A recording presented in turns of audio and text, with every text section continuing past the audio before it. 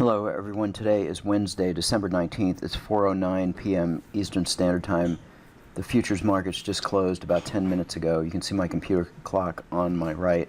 And on my left is the time in sales, the E-mini S&P closing at 2502.75. Quite a day today with the Fed announcement.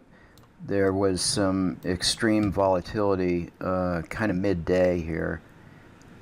At the 2 o'clock hour, the Fed announcement, the market dropped from, well, this is the Dow. I'll show it on the E-mini S&P chart, but really strong volatility today. So here's the chart of the E-mini S&P, and the Fed announced something about, continuing to raise interest rates, and the market didn't like that news, and so the S&P futures was at a high of 25.91 and dropped all the way to 24.90. So that's almost 100 points. So that's pretty extreme volatility. Okay, first up is the DAX on a 150 Heikin-Ashi tick chart, and this has been a very consistent chart. This was not very active. I wouldn't even call this moderately active. This was lightly active. There was a few trades. We did draw down about $800 or $400 per contract. That's good for the DAX. We typically allow a max drawdown of 7 or 750 on the DAX. So this drew down about $400 per contract and then recovered from there and came all the way up to hit its goal of 25.50. And so we had one tick of positive slippage. So after this drawdown, we only had one very small loser right here, and so it was only part of the position actually, because it was pretty much straight up from there. It looks like we had 4 or 5 winners in a row. So very good on the DAX 150. Okay, the Dow E-mini on a 1597 Heikin-Ashi, I believe, hit its goal of 25.50. So one tick of slippage. This trading 3 contracts, and it doesn't look like much here, but trading 3 contracts, these are huge moves in the Dow. In any case, this hit its goal, and this is using a 60-minute higher time frame. Okay, next is the DAX on a Super Inco 14 tick, and this is the DAX with the $2,000 goal, a limit order at 4 ticks. Now I changed this from 40 ticks on the first target to 50 ticks, and I changed the trail stops a little bit slightly, so just gave it a little bit more room to move, moving the trail stop from 40 to 60 as well. In any case, that worked well today, as these moves caught most of the move and then hit its goal of 2,000 with excellent positive slippage. Okay, the Nasdaq on a 5-minute chart was doing great. It had an equity high of a little over 2,000. The goal on this is 3,500. And then it had the small loser, and I was unaware of the Fed announcement today, so shame on me. Had I had the Autotrader set up, it wouldn't have had this extra loser here. And it didn't go short because I guess it didn't get filled on its limit order. In any case, it still did pretty well today, finishing at 1420, but it had an equity high of over 2,000.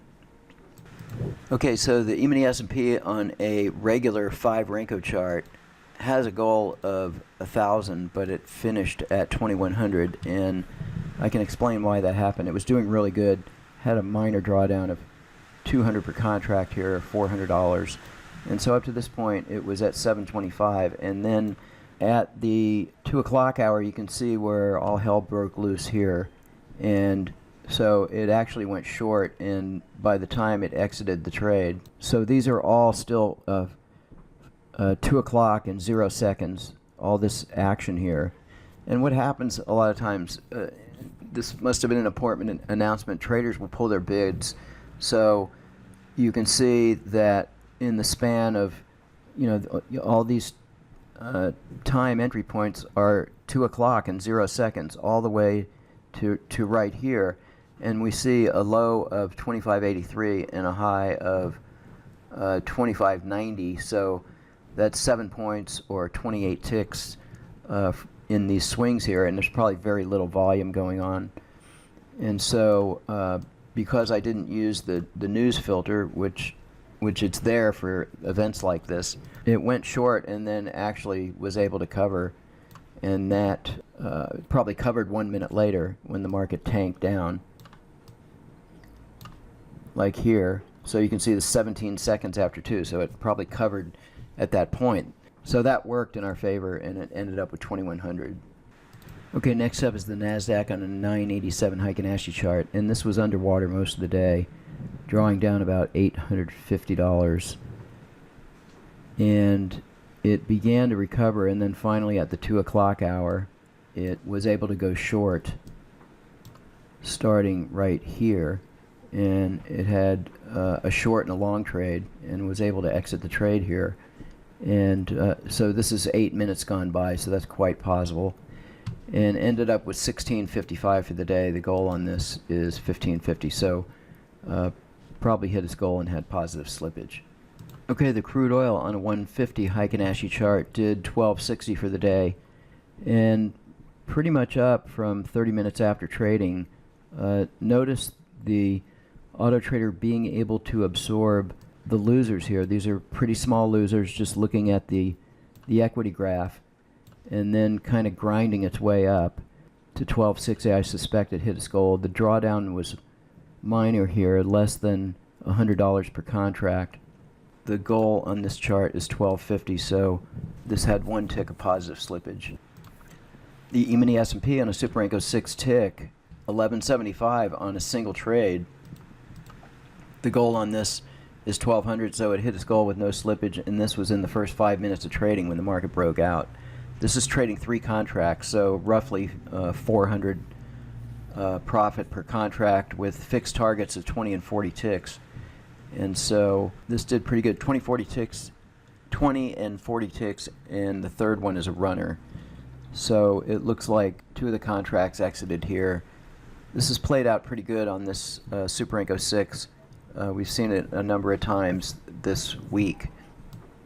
Okay, the E-mini S&P on a Super Renko 4 tick doing 1,000, and the goal on this is 1,000. So it hit its goal with no slippage. This is trading 2 contracts, and I think I increased the target on this from 16 to 36, and I think that worked out pretty well because it got a much longer move here, and based on the not taking the first target at 16 ticks.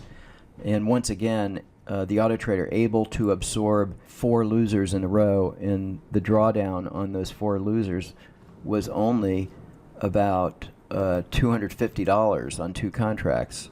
So that's only $125 per contract on 4 losers. That's very, very good. Keeping the losers small allows you to get the bigger winner, and this setup right here enables it to do that. The profit targets are pretty good size, 10 points here. No, that's the trail stop. 9 points is the first target, and then the second one's a runner. So this caught this move pretty well, and then this move here popped it to its goal. Okay, once again, a line break chart, the 987 tick hit its goal in a single trade, 1,300, with no slippage. It's a limit order at the close of the bar. You can see how we got filled there. And this is trading 3 contracts, so basically looking at 400 per contract with targets at 24 and 32 ticks, and then trailing by the volatility stop, which is the little hash marks here. Okay, again, a Super Renko 4 tick chart, a small loser. The ability to absorb losing trades, really important in algorithmic trading. So this first trade was less than $200.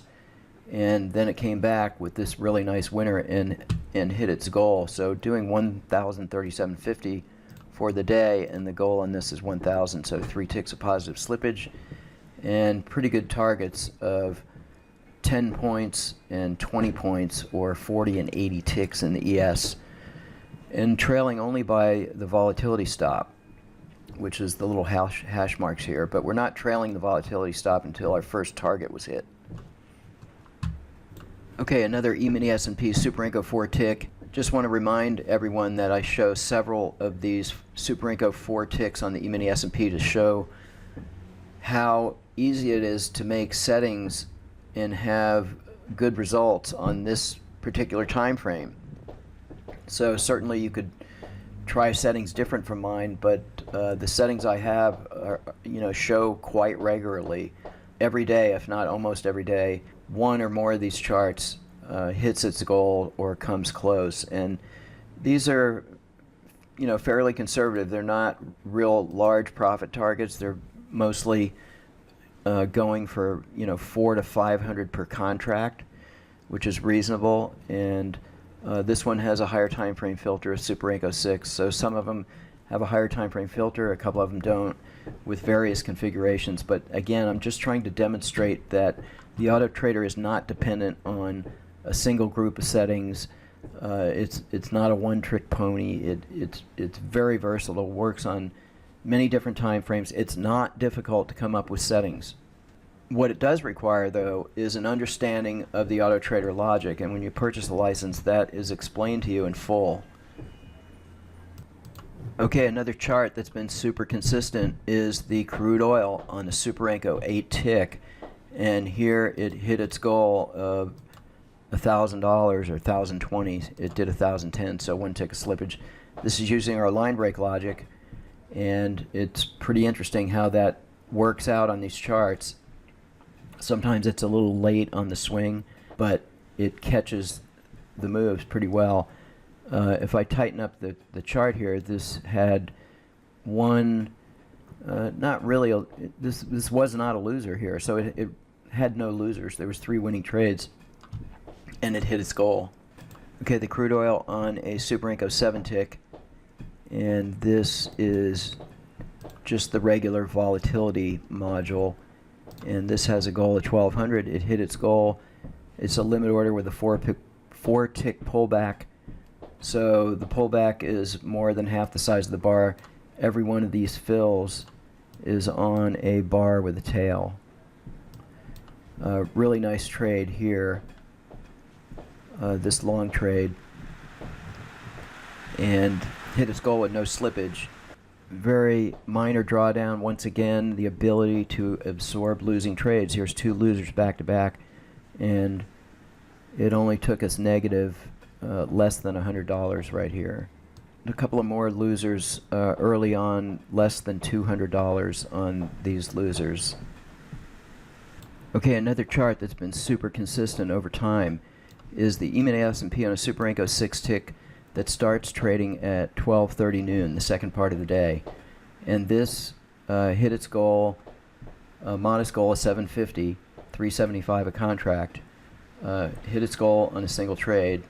And this is also using our line break logic. You can see the signals here, and a goal of 750.